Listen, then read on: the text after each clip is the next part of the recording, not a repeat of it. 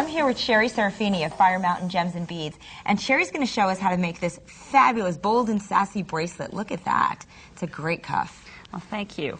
Well, our first step is to glue the suede to the inside of our cuff. Since we're working with 1 inch, I have a 1-inch cuff, and I've glued the suede to the inside and left a little bit of an edge. About an 1/8 of an inch is good. Our next step is to move to our piece of interfacing, which is going to be the part that we bead upon. The first thing I do is give myself a 1/4 inch on each side of this piece, and I have an inch space on the inside to bead. Okay. Okay, this will be cut off later.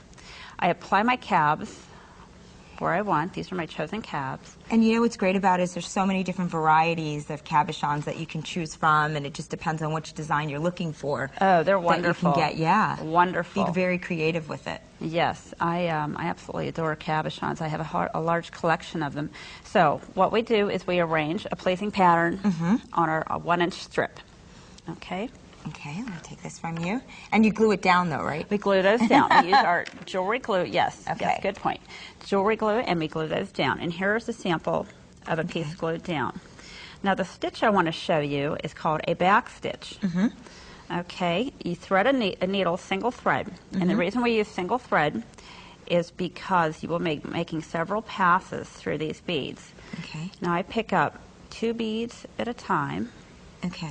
Pull them snug against my cabochon. And what size beads are those? These are size 11s. Okay. You can work with 11s or 15s. Okay. For beginners, 11s are nice. They're larger. Yeah, I was just going to say. Yeah, they're larger. You can Makes see it them. easier. Now, what we do is we put the 2 beads on, and then we come back up at our starting point at the back side of those beads. Okay. And you're just using regular thread? Yes, and we're passing through those 2 beads again. Well, this is thread's called Nymo, I'm sorry. Okay. I have used Fireline in various beads, but for bead embroidery, Nymo is a wonderful thread. Okay, we have 2 beads strung on. Now, I'm going to pick up 2 more beads. I only work with 2 beads at a time, and the purpose for this, and this happens through trial and error, I've used more than 2 beads at a time, only to have my beads pop up. When you lie them against the cuff, they do not lie smooth. So it's better to take the extra time to just do 2 at a time and make it perfect.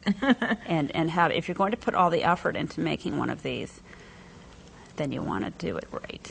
Absolutely. So, okay. So you get those and they go all the way around? And this is how I start with the focal point. I call my cabs my focal point. I like to start from here. And this basic back stitch will be used throughout the entire piece. Look at that. Look what it comes out like.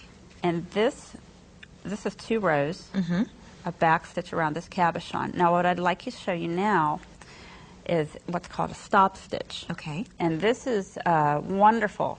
You can do stop stitch 2 different ways. Okay, bring your needle up from underneath your interfacing. And in this case, I'm going to pick up a large rondelle, pick up a size 11 bead, and pull them tightly against the surface and pass back down through just the large bead. Okay. Now this adds texture.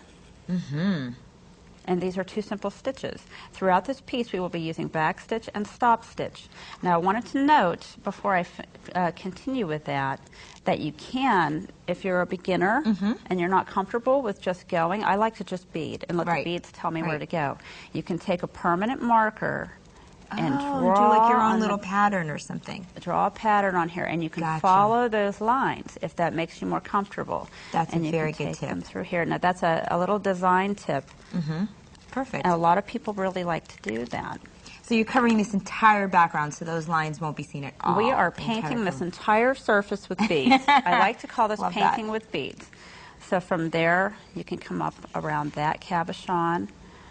And another way to put those on, a freshwater pearl might be to go from the side. Okay. And you just keep adding interesting patterns. You can follow that little line until this whole piece is completely covered. And I can't pick it. I know, they get a little bit hard. And we're going to show some further steps too as you move along Okay. and make this incredible cuff. Okay. love Once that. this piece is entirely beaded. Let me move this out of the way. I'm so excited to see what it's going to look like. Oh, this is so much fun. I enjoy this so much. This is so much fun. Once the piece is entirely beaded, what you're going to do is cut off the sides. Look at that. Cut off the sides. And here we have our beaded strip. Look at that. It's Okay, perfect. this piece gets applied to the cuff. The finished cuff that we did in the beginning is now Right. ready to come back, and we glue the beadwork to the top of the cuff. So we're sandwiching, in a sense, the cuff. brass in between the suede and the beadwork. Now we want to work, our final stitch it's a brick stitch, and this finishes the piece and closes the edges up. Okay. Okay, now I started a few rows. And now I can see why you left a little bit of an edge in the beginning. That's why you All need the back. edge. And when you are cutting in the beginning, it's better to cut a little bit more because some beaders tend to pull a little bit on their beading surface and can make the inch a little bit smaller, which is another reason we do not cut off the Right. quarter of an inch too soon. You may need to add a few beads. Gotcha. Okay. So you're just really closing it up and really keeping them together, both Yes. pieces. You will brick stitch the entire way around this cabochon. The brick stitch is picking up a single bead, going through both layers, Perfect. pulling down, and coming up. And Love you would that. finish the entire cuff that way, and you would have... Yes, let's look at the finished piece. finished project. And you know what's great, Sherry, is that you brought some other ones to show different variations, and then also thickness. You can use a cuff that's maybe a little bit thicker yes. in the width. Oh, yes. But the most important thing are these pieces over here. Ooh, these my- necklaces and... These are my babies. Now, this technique, believe it or not, can be used for every single piece up there. This is bead embroidery. My basic stitches are back stitch and the stop stitch, and that's how all of these are done. They are gorgeous. Look at even earrings. And this last handbag we're going to show. Oh, I love this handbag. Well, this is definitely bold and sassy. And you know, you made it look easy, too. Thank you so much, Sherry. Well, thank you.